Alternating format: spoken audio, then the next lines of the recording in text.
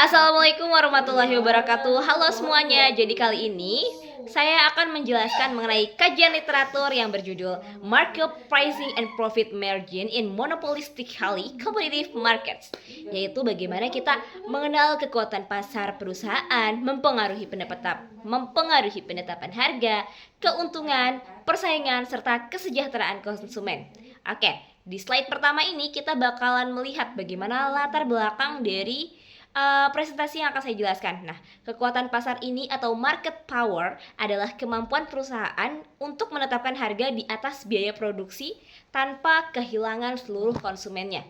Dalam beberapa dekade terakhir, khususnya sejak tahun 1980, terjadi peningkatan konsentrasi industri, merger perusahaan, perlindungan paten, dan perubahan struktur perdagangan global. Nah, kondisi ini membuat banyak perusahaan memiliki kekuatan pasar yang lebih besar. Mari kita lihat, berdasarkan penelitian The Locker dan Eckhout tahun 2020, rata-rata markup perusahaan di Amerika Serikat meningkat dari sekitar 21% menjadi 61% antara tahun 1955 sampai 2016. Yang artinya perusahaan semakin mampu menjual produknya jauh di atas biaya marginal yang membuat keuntungan diperoleh meningkat. Karena itu teman-teman, penelitian ini penting untuk memahami faktor-faktor yang menyebabkan kekuatan pasar meningkat serta dampaknya terhadap perekonomian. Nah, mari kita lihat di slide selanjutnya. Di slide kali ini yaitu membahas mengenai rumusan masalah serta tujuannya. Nah, penelitian ini memiliki 3 pertanyaan utama. Yang pertama, faktor apa aja sih yang mempengaruhi kekuatan pasar? Yang kedua, bagaimana pengaruh kekuatan pasar terhadap harga serta keuntungan perusahaan? Dan yang ketiga, bagaimana dampaknya terhadap persaingan pasar serta kesejahteraan konsumen? Nah, tujuan kali ini menjawab ketiga pertanyaan tersebut berdasarkan berbagai jurnal internasional bereputasi. Salah satunya itu Scopus. Nah, slide selanjutnya ini kita lihat bagaimana teori kekuatan pada pasar. Secara teori, kekuatan pasar ini muncul ketika perusahaan memiliki keunggulan tertentu. Nah, misalnya pangsa pasar yang besar, produk yang berbeda dari pesaing, atau adanya hambatan masuk bagi perusahaan. Pada pasar persaingan sempurna, perusahaan hampir tidak memiliki kekuatan untuk menentukan harga. Namun, ketika bergerak ke pasar persaingan monopolistik, oligopoli, hingga monopoli, kemampuan perusahaan dalam menentukan harga menjadi semakin besar. Nah, menurut The Locker dan Eckhout, tren peningkatan kekuatan pasar ini semakin terlihat dalam ekonomi modern.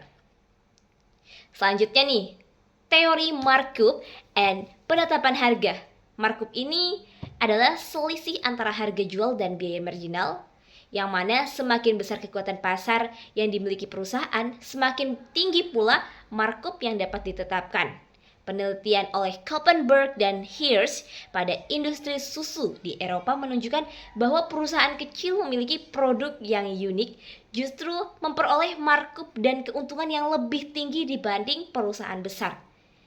Hal tersebut menunjukkan bahwa diferensiasi produk seringkali lebih penting daripada ukuran perusahaan. Slide selanjutnya kali ini kita bakalan melihat struktur pasar, merger, dan akuisisi. Penelitian Genakos dan Pagliaro pada SPBU di Yunani menunjukkan bahwa semakin banyak pesaing dalam suatu pasar, semakin sulit pula perusahaan menaikkan harga secara berlebihan. Dengan kata lain, persaingan yang tinggi membatasi kekuatan pasar. Nah, selain itu juga, merger dan akuisisi juga menjadi sumber kekuatan pasar. Mari kita lihat dari penelitian Stiebel dan Suess menemukan setelah terjadi merger di pasar Eropa, perusahaan lain ini tidak ikut merger juga karena mereka cenderung menaikkan markup mereka.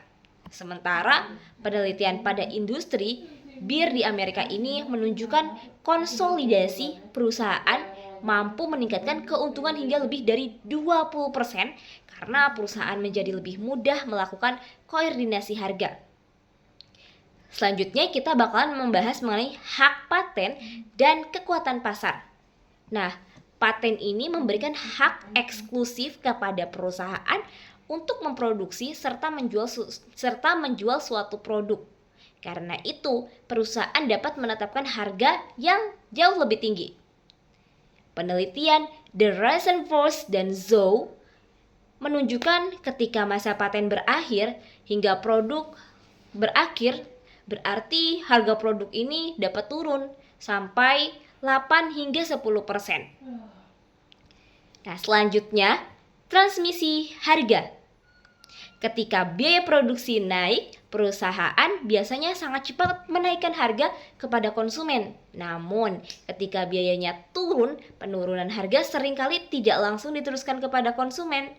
Nah, mari kita lihat lagi dari penelitian MC Sein dan rekan-rekannya, sekitar 70% kenaikan biaya diteruskan ke harga retail. Sedangkan nih, penurunan biaya hanya sekitar 9% yang diteruskan.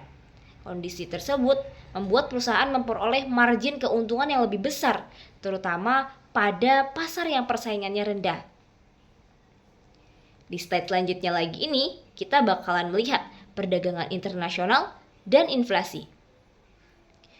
Penelitian oleh Yu dan Lin bahwa perusahaan yang aktif pada sektor ekspor cenderung memiliki markup yang lebih tinggi karena efisiensi produknya terus meningkat.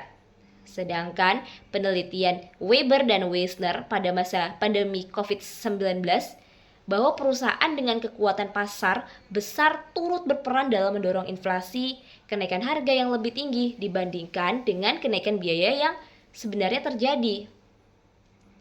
Oke teman-teman, berdasarkan kajian dari berbagai jurnal yang telah saya jelaskan, kita bisa menyimpulkan bahwa sebenarnya kekuatan pasar ini dipengaruhi oleh 5 faktor. Yang pertama itu ada konsentrasi pasar, merger dan akuisisi, hak paten, aktivitas ekspor, serta rendahnya tingkat persaingan. Faktor-faktor tersebut meningkatkan kemampuan pasar dalam menentukan harga dan memperoleh keuntungan melalui markup. Oleh karena itulah, pemerintah perlu mengawasi merger dan konsentrasi pasar secara lebih ketat. Sedangkan perusahaan sebaiknya bersaing melalui inovasi dan efisiensi, bukan melalui dominasi pasar. Terima kasih presentasi dari saya. Wassalamualaikum warahmatullahi wabarakatuh.